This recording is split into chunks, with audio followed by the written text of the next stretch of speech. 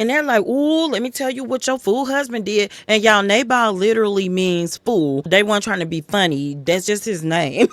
Nabal was rich, but he was also known to be really harsh, and some people even described him as evil. David and his men had been defending some of the area that he owned. He had a wife named Abigail who was beautiful and smart. So David and his men sent word by servants to Nabal saying, let my young men find favor in your eyes. We have come on a feast day because the feast was about Samuel. Just take care of us. We've been looking out for you. Nabal says, who is David? I don't know no David. And I don't know his daddy Jesse either. Servants be breaking away from people all the time, and I'm not gonna be feeding nobody. The young man went back to David and told him Nabal said he ain't feeding nobody. David said, strap up, we going.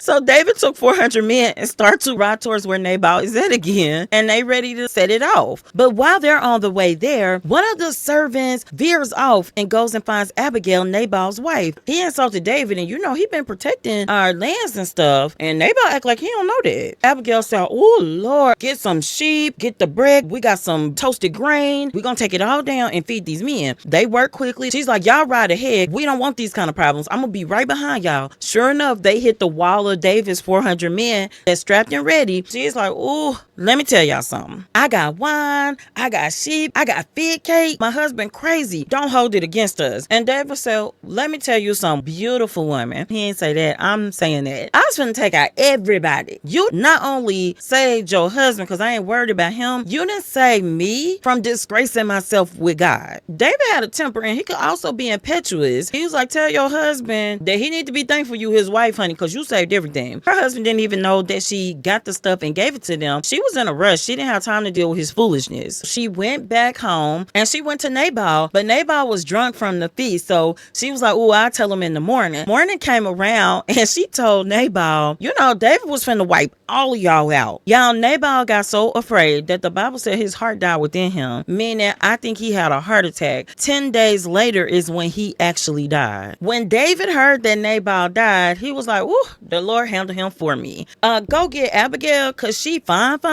and tell her to come on, cause she finna be my wife. And she was like, all right.